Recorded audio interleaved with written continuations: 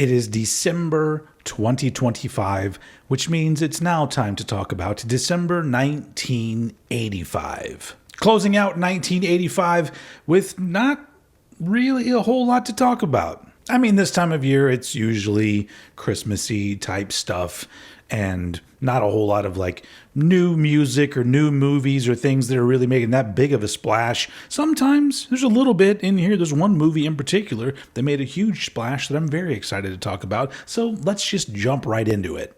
First off, as usual, let's talk about the number one singles in the US according to Billboard magazine. For the first 2 weeks of December 1985, the number one song in the country was Broken Wings by Mr. Mister. Yeah, man, I feel like I heard that song hundreds of times just that year. But that song was from Mr. Mister's second album, which is called Welcome to the Real World, and it's not the only number one hit from that album. But we're not going to talk about the other number one hit until next year. And for the last 2 weeks of December 1985, this is a song that I absolutely love. The number one song in the country was Say You, Say Me by Lionel Richie. This was a song that was written for the movie White Nights, but wasn't actually included on the White Nights soundtrack. It was included on the upcoming Lionel Richie solo album, which is like his third solo album. And that one was called Dancing on the Ceiling. But this song was also fucking massive. But I've loved this song.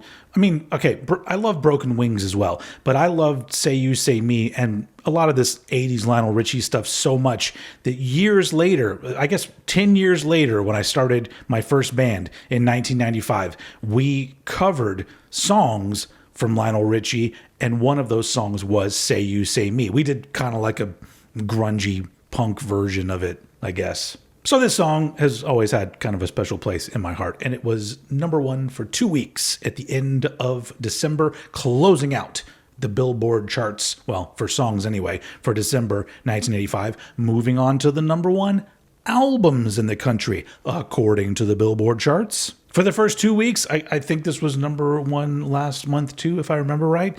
For the first 2 weeks, the Miami Vice soundtrack was the number one album in the country. Of fucking course it was. It's a banger. But then for the third week of December 1985, the number one album in the country was the self-titled Heart album, which is actually their eighth album.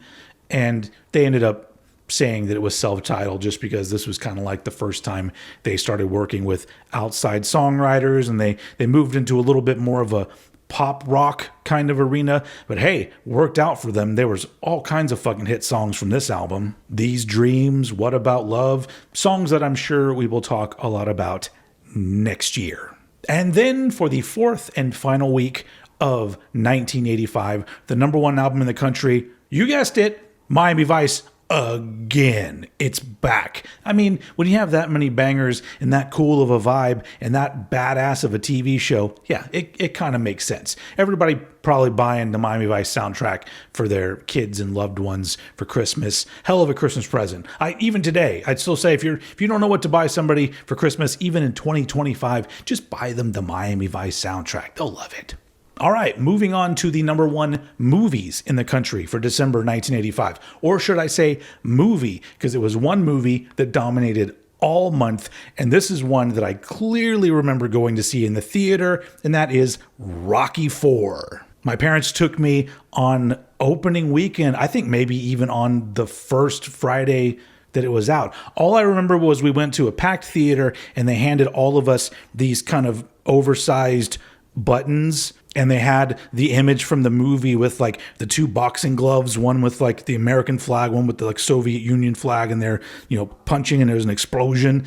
I wore that thing. I feel like I wore that thing for the rest of the school year because I was just like, look what I fucking got. Fucking Rocky IV, man. Because I mean, the movie is badass, especially if you're a 7-year-old kid. And that introduced the world to Dolph Lundgren, and I feel like we're all better people because of that. I must break you. And that movie is a great example of how you could have a badass montage segment in your movie and then 30 minutes later follow it up with another even more badass montage. I mean, I think there's 3 montages that I can think of within a space of an hour probably. And I wouldn't change a fucking thing. But that movie is peak 80s American cinema. Honestly, it's probably my favorite Rocky movie too. I know it's kind of sacrilegious. I think you're supposed to say it's the first one. I love the first one. I love all the Rocky movies except for number 5. That's a stinker. But anyway, Rocky IV, the number 1 movie in the country for the entire month of December 1985, closing out 1985 on a high note, in my opinion. And really closing out 1985 for this show, because around this time, I talk about albums that came out this month 40 years ago, and there is nothing that came out that I wanted to talk about. Like I said, a lot of artists probably don't want to compete with Christmas music, and I don't blame them. So, not a lot of albums were released in December, and they normally aren't even today, especially today, because Christmas music, Mariah Carey just fucking dominates the entire fucking chart. So unfortunately, that wraps up December 1985 and 1985 as a whole. But let's, I guess, go check and see what's going on 10 years from now.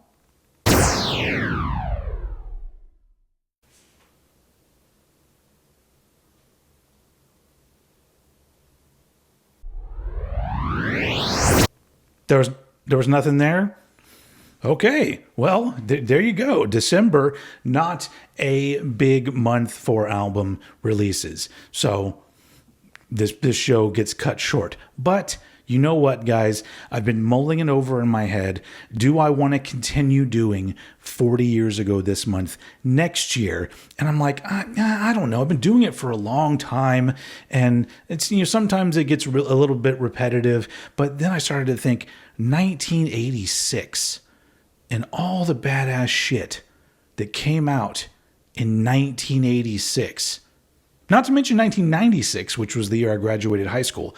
But that's not as exciting to me. But 1986, if you know, you know. So, yes, I will be back next year, starting 40 years ago this month, 1986. And it'll be the same old bullshit. So don't be expecting any revamping or new features unless, some moment of brilliance somehow invades my brain and I come up with something.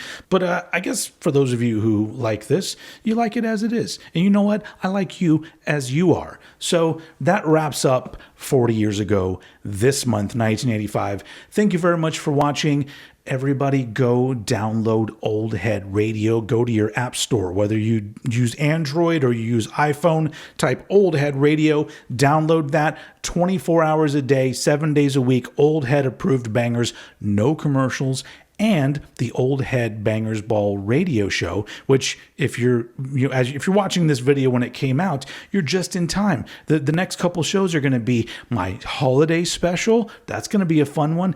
And then it's going to be my top 20 songs of the year special. So get on that shit. Download that stuff and go follow me on my socials. You can go to oldheadnetwork.com. And that will lead you to everything. And you know what? If you're awesome, you're following me on every single thing you possibly can. And I love you for it. So, all right. Everybody have a happy new year. I'll see you guys for one more video probably for this year, because I have my top 10 albums of the year video coming up on YouTube. But other than that, I hope everybody has a nice holiday, whatever you celebrate. And I hope next year is way better than this year. But I guess maybe for some of you, you had a great year. Well, mine wasn't that bad. Either way, let's have a better year every year. All right. Thank you all for watching, and I will see you all again next year.